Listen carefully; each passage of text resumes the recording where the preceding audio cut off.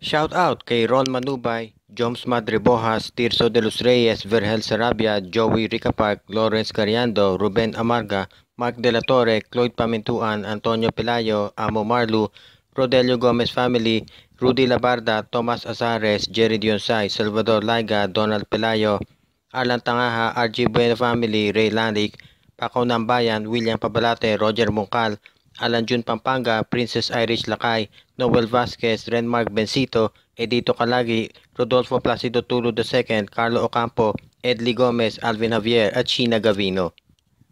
Gaano katotoo ang balita na si Sol Mercado daw ay babalik na sa Barangay Ginebra?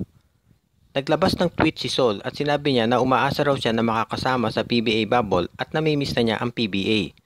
Alam natin ito si Sol Mercado ay naglaro ng matagal sa Barangay Ginebra kung saan naging isa siya sa mga integral components nito at tumulong para ang Jeans ay makakuha ng maraming kampyonato.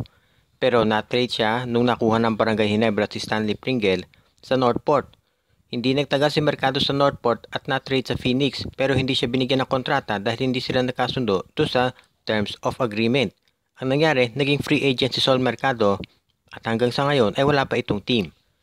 Dahil free agent si Sol, pwede siyang makuha ng Barangay Ginebra na walang kapalit na player o kahit man draft pick. Pwedeng straight up signing ang mangyari dyan. Dahil dyan, maraming PBA fans do sa social media ang umaasa na makakabalik si Sol Mercado sa Barangay Ginebra. Alam naman natin na si Sol ay maraming naitulong sa Gene Kings at maganda kung doon siya maglaro at doon rin siya magretiro. Of course, ang isang problema dyan, marami na kasing guard sa lineup ng Barangay Ginebra ngayon. Plus, meron pa silang mga rookies na idinagdag. Kaya siguro baka ang bigyang priority ni Coach Tim Cone ay yung development ng mga rookies nila at mabigyan din ng focus yung chemistry ng team lalo na at malapit na ulit mag-resume ang Philippine Cup. Tignan natin kung ano ang mangyayari dahil nagbigay na ang PBA ng deadline para do sa mga teams na maglabas ng kanilang 15-man lineup plus isang reserve. Kung sakasakaling kunin ng Barangay Ginebra si Sol Mercado, baka malagay ito sa reserve list. Hindi natin masasabi, pero ang alam natin, kung sakaling kunin nga ng Barangay Ginebra ito si Sol Mercado, malaking bagay ito hindi lang para kay Sol, pero pati na rin para doon sa Gene Kings at sa kanilang fans. Dahil alam naman natin ang laro ni Sol Mercado ay never say die.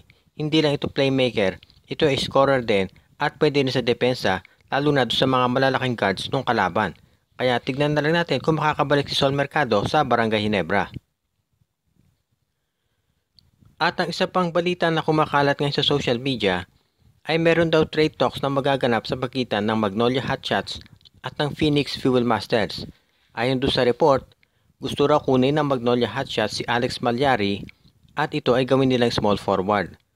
Of course, para sa fans ng Magnolia, alam nila na si Malyari ay matagal na naglaro dyan noong yung team ay ang tawag pa sa kanila ay BMEG at Sunmig Coffee. Si Malyari ay naging instrumento din para makakuha ng maraming kampyonato noon ang Magnolia Hotshots. At although nalipat na siya sa iba't ibang teams, nandun pa rin yung versatility ni Malyari. Ang pinakamagandang bagay kay Malyari ay kaya nitong maglaro ng iba't ibang posisyon. Pwede siyang point guard, pwede siyang big guard, pwede rin siyang small forward. At dahil 6'4" si Malyari, nagkakaroon ng mismatch pag siya ay nandun sa floor. Of course, alam natin marami ng guards ngayon ang Magnolia Hotshots. So, kung kukunin ng Magnolia ito si Malyari, pwede siyang maglaro ng small forward para may karelyebo na si Rom De La Rosa. Samantala, si Jackson Corpus naman at si Aris Dionisio ay pwede na mag-slide sa power forward at si Ian Sanggalang, Mark Pingris at Rafi Rivis naman ay pwede na sa sentro. Kapag nandiyan si Alex Malyari, magkakaroon ng maraming option si Coach Chito Victolero na si Malyari ay pwede rin niyang ilagay sa shooting guard kung sakaling gusto naman niya na medyo malaki yung lineup niya. Pwede rin niyang gawing point guard si Malyari para magkaroon ng mismatch do sa mga kalaban. Alam natin si Malyari ay fit to sa sistema ng Magnolia dahil naglaro na siya doon, although ang coach pa noon ay iba. Pero alam naman natin si Coach Chito Victorero ay magaling mag-adjust ng mga players at magkayang-kayang ilabas yung mga skills nito. So kung sakaling makuha ng Magnolia si Malyari ay malaking bagay yan. Ang tanong na lang ay kung sino ang hihinging kapalit ng Phoenix Fuel Masters. Dahil alam natin ang Phoenix syempre hindi yan basta-basta mamimigay ng mga players nang walang kapalit. Kaya tignan na lang natin kung ano ang mangyayari dito sa trade na to kung ito ay magpatuloy. At ang huli nating balita, naglabas ng mga panibagong update ang PBA tungkol sa proposed bubble nila. Sa ngayon, nag-aantay pa rin ang PBA ng approval mula sa IATF para mag-conduct ng scrimmages pero kumpiyansa si PBA Commissioner Willie Marcial na ito ay makukuha nila. Ang isa pang inilabas na balita ng PBA ay gagastos daw sila ng 65 million para dito sa bubble. At ayon naman kay Chairman Ricky Vargas, ito ay shoulder ng PBA dahil malaki pa rin ang kanilang cash flow. Yung mga facilities daw ayon kay Ricky Vargas ay magiging sapat para doon sa mga players.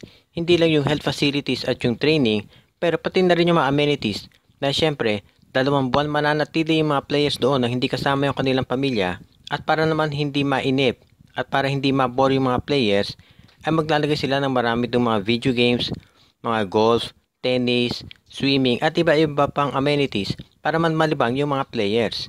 Sinabi rin ni Chairman Ricky Vargas na ang main concern nila ay yung health at meron na silang mga protocols na nakalabas just in case merong player doon na mag-positive doon sa virus. Ganun pa man, kumpiyansa si Commissioner Marcial at si Chairman Vargas na matutuloy na ang PBA at pag ito ay natuloy ay nakahanda na raw lahat yung kanilang mga protocols at kung paano ang gagawin para mag-resume na ang liga.